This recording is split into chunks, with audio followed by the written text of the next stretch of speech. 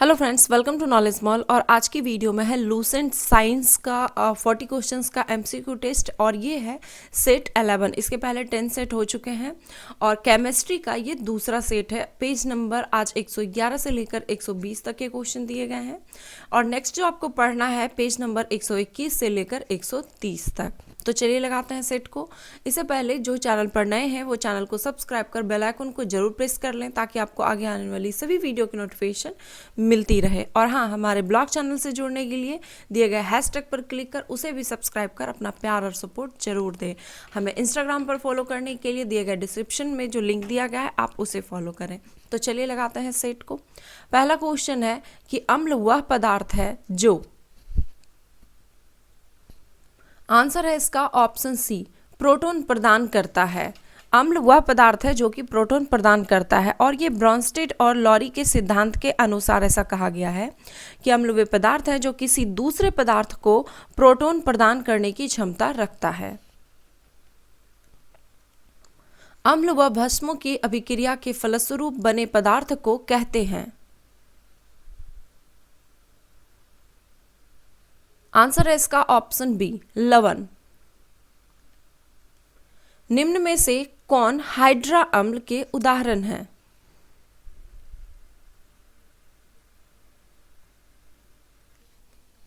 Answer है इसका option A, HCl यानी कि हाइड्रोक्लोरिक अम्ल। ये हाइड्रा अम्ल जो कहलाता है कि वैसा अम्ल जिसमें कि केवल हाइड्रोजन उपस्थित रहता है उसे ही हाइड्रा अम्ल कहते हैं। उसमें ऑक्सीजन अनुपस्थित होता है। ओके, एग्जाम्पल के तौर पे जैसे कि हाइड्रोक्लोरिक अम्ल हो गया, हाइड्रोब्रोमिक अम्ल हो जाएगा, ओके, हाइड्रो आयोडिक अम्ल हो जाएगा। तो इन सब में जो है ऑक्सीजन अनुपस्थित है। ये इन तीनों में ऑक्सीजन है, इसीलिए हाइड्रा अम्ल के उदाहरण नहीं हैं।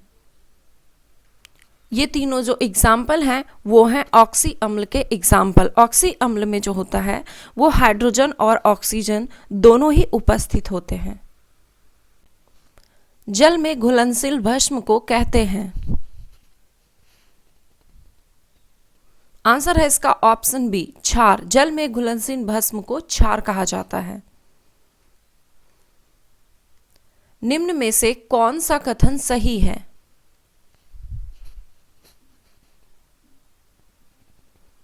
आंसर हो जाएगा इसका ऑप्शन डी, उपरोक्त सभी।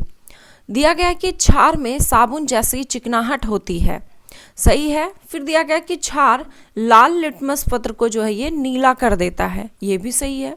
दिया गया कि सभी क्षार भस्म होते हैं किंतु सभी भस्म क्षार नहीं होते, तो ये भी ऑप्शन सही है। क्योंकि इसका कारण यानी कि जो दिया गया है कि सभी क्षार भस्म होते हैं किंतु सभी भस्म क्षार नहीं होते, कारण यह है कि सभी भस्म जो होते हैं वो जल में विलय नहीं होते हैं।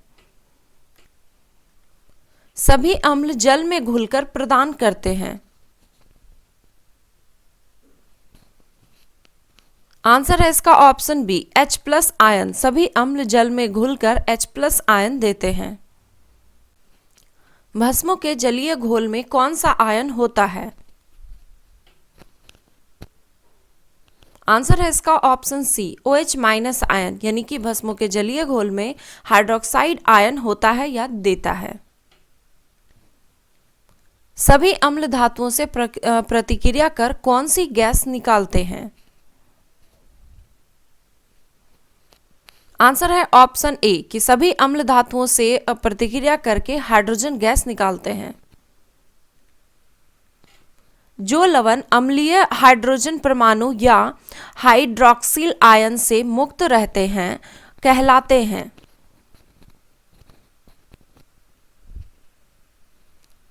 आंसर है इसका ऑप्शन ए, सामान्य लवण।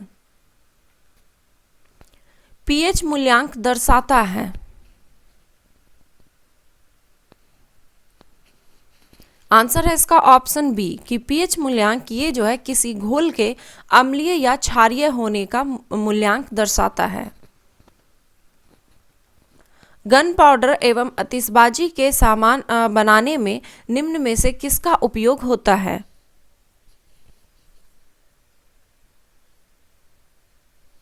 आंसर है इसका ऑप्शन डी, पोटेशियम नाइट्रेट का।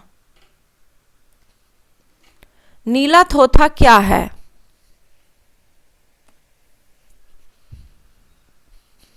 आंसर है इसका ऑप्शन ए कॉपर सल्फेट। और इसका फॉर्मूला भी याद रख लीजिए, हो सकता है आपको इस तरीके से नहीं लिखा दिया गया हो, ये फॉर्मूला बेस्ड ऑप्शन हो, तो इसका ऑप्शन होता है, सॉरी फॉर्मूला होता है CuSO4 इंटू 5H2O। गैल्वनीकरण एक प्रक्रिया है जिसमें लोहे की वस्तुओं पर डैश से बचाने के लिए जिंक की परत चढ़ाई जाती है। आंसर है ऑप्शन सी जंग लगने से बचाने के लिए। वायु में आयोडीन का विलयन निम्न में से किस विलयन का प्रकार है?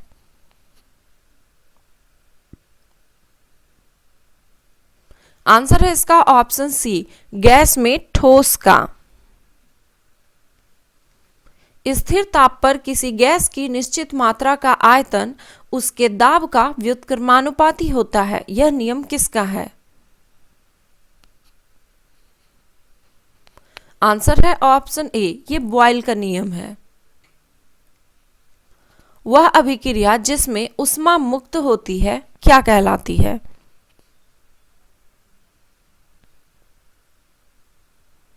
आंसर है ऑप्शन बी ऊष्माक्षेपी अभिक्रिया। ऊष्माक्षेपी अभिक्रिया में ऊष्मा का मुक्त होना या फिर कह सकते हैं ऊष्मा का उत्सर्जन होता है, और ऊष्माशोषी अभिक्रिया जो होती है इसमें ऊष्मा का अवशोषण होता है। श्वसन निम्न में से कैसी अभिक्रिया है? आंसर है इसका ऑप्शन सी ऊष्माक्षेपी अभिक्रिया। निम्न में से कौन सा रासायनिक परिवर्तन नहीं है?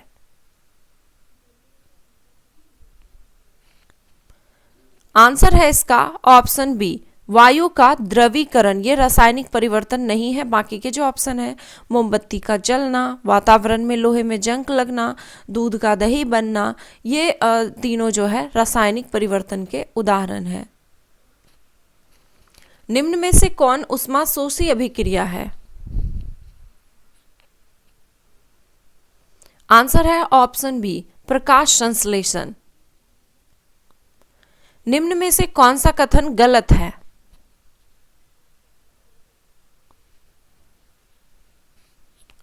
आंसर है इसका ऑप्शन डी। पूछा गया था कौन सा कथन गलत है, तो यहाँ पे लिखा गया है कि जिन विलयनों का पीएच मान 7 से अधिक होता है वो अम्लीय होते हैं। तो गलत है, क्योंकि जिन विलयन का पीएच मान 7 से अधिक होता है वो क्षारीय कहलाते हैं।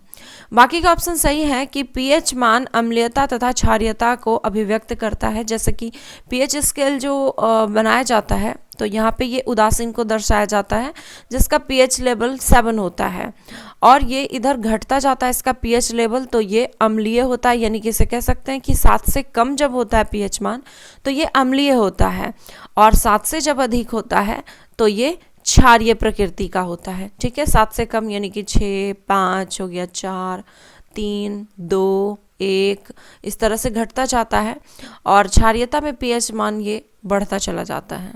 ओके, फिर है कि पीएच स्केल में सामान्यतः 0 से 14 तक पीएच ज्ञात करते हैं। ये भी सही है, बहुत बार क्वेश्चन पूछा जाता है कि पीएच स्केल में कितने तक दर्शाया जाता है, तो 0 से लेकर के 14 तक ज्ञात किया जाता है या दर्शाया जाता है।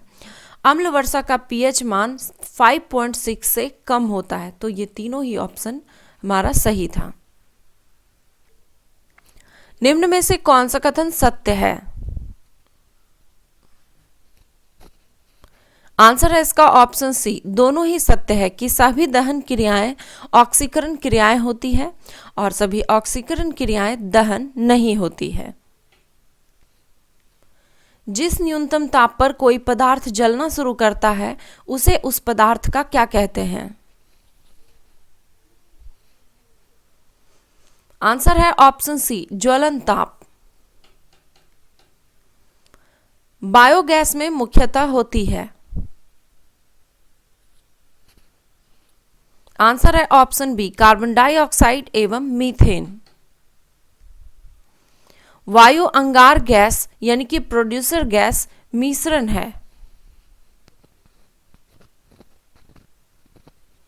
आंसर है इसका ऑप्शन ए CO+N2 यानी कि वायु अंगार गैस जो है जिसे कि प्रोड्यूसर गैस कहते हैं, यह कार्बन मोनोऑक्साइड और नाइट्रोजन का मिश्रण होता है। लाल तप्त कोक पर जलवाष्प प्रवाहित करने से कार्बन मोनोऑक्साइड एवं हाइड्रोजन गैस का मिश्रण प्राप्त होता है, जिसे कहते हैं। आंसर है इसका ऑप्शन बी जल गैस। गैसों का विसरण का नियम किसने प्रतिपादित किया? आंसर है ऑप्शन सी ग्राहम ने। गैसीय समीकरण PV = nRT में R सूचित करता है।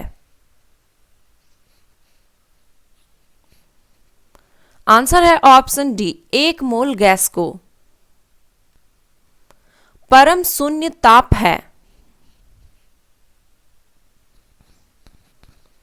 आंसर है ऑप्शन बी सैद्धांतिक रूप से न्यूनतम संभव तापमान। पायस यानी कि इमल्सन किससे मिलकर बना होता है? आंसर है ऑप्शन सी 2 द्रव से। स्थिर दाब पर किसी गैस की निश्चित मात्रा का आयतन उसके परम ताप का अनुक्रमानुपाती होता है। यह नियम किसका है? आंसर है ऑप्शन बी चार्ल्स का नियम। कोयले के निम्नलिखित प्रकारों को कार्बन के बढ़ते प्रतिशत के क्रम में सजाइए, यानी कि सबसे पहले कम, उसके बाद फिर ज़्यादा प्रतिशत किस में है, फिर उससे ज़्यादा प्रतिशत किस में है। आपको इस तरीके से सजाना है। आंसर है इसका ऑप्शन सी 2, 3, 1 और 4, यानी कि इसमें सबसे कम पीट में है। पीट में 50% कार्बन की मात्रा दी गई है। फिर लिग्नाइट में जो है ये 70% है इसमें मात्रा। फिर है उससे थोड़ा अधिक है 90% है बिटुमिनस में। और एंथ्रासाइट में सबसे ज़्यादा होता है 99%। डेनियल सेल में एनोड किसका बना होता है?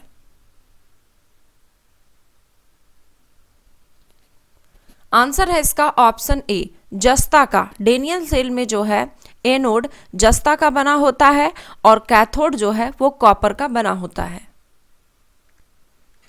ऑक्टेन संख्या संबंधित है। आंसर है ऑप्शन डी पेट्रोल की गुणवत्ता से। ऑक्टेन संख्या पेट्रोल की गुणवत्ता को दर्शाता है। निम्नलिखित गैसों में से कौन सा एक दहन पोषण है?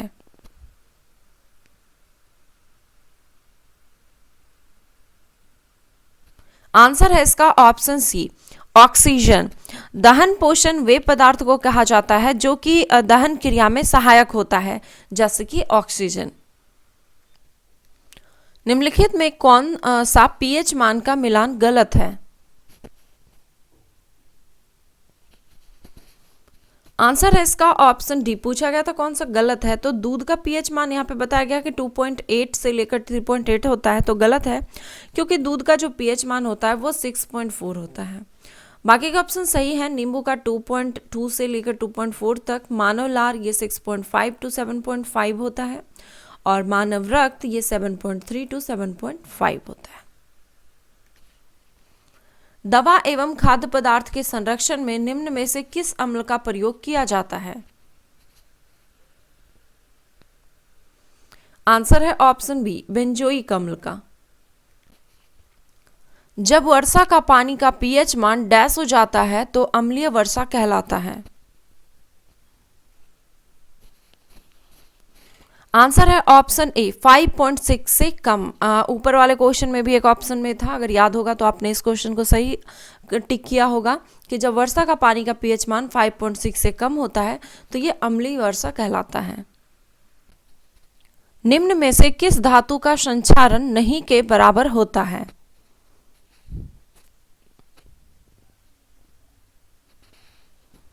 आंसर है इसका ऑप्शन सी प्लेटिनम का। सोना और प्लेटिनम का जो संचारण होता है वो लगभग नहीं के बराबर होता है, जबकि तांबा, एल्यूमिनियम, लोहा, इन सभी का संचारण हो जाता है।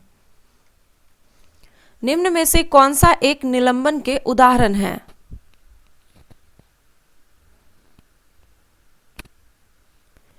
आंसर है इसका ऑप्शन ए, नदी का गंदा जल। ये निलंबन के उदाहरण है और बाकी जैसे दूध, रक्त, स्याही, ये सभी कोलाइड के उदाहरण हैं। 100 डिग्री सेंटीग्रेड का मान केल्विन में कितना होगा? आंसर है इसका ऑप्शन बी, 373 केल्विन। तो इस तरह के जो क्वेश्चन पूछे जाता है ना कि सेंटीग्रेड से केल्विन में चेंज करना, चाहे फ़ारेनहाइट में चेंज करना, तो इन सभी को कम से कम अच्छे से याद रखें, क्योंकि एक ना एक क्वेश्चन दे ही दिया जाता है। और ये बहुत सिंपल है कि अगर जब भी आपको डिग्री सेंटीग्रेड का मान केल्विन में चेंज करना हो तो उसमें कुछ भी नहीं करना है आपको, बस उसमें 273 आपको ऐड कर देना है, ठीक है। तो आपका जो मान आएगा वो केल्विन में आएगा। तो ये था 40 क्वेश्चन का सेट। आई होप कि स्कोर काफ़ी अच्छा रहा होगा। आप चाहें तो कमेंट बॉक्स में से लिख सकते हैं, और अगर वीडियो पसंद आया तो इसे एक लाइक करें और अपने दोस्तों के साथ शेयर करें। धन्यवाद।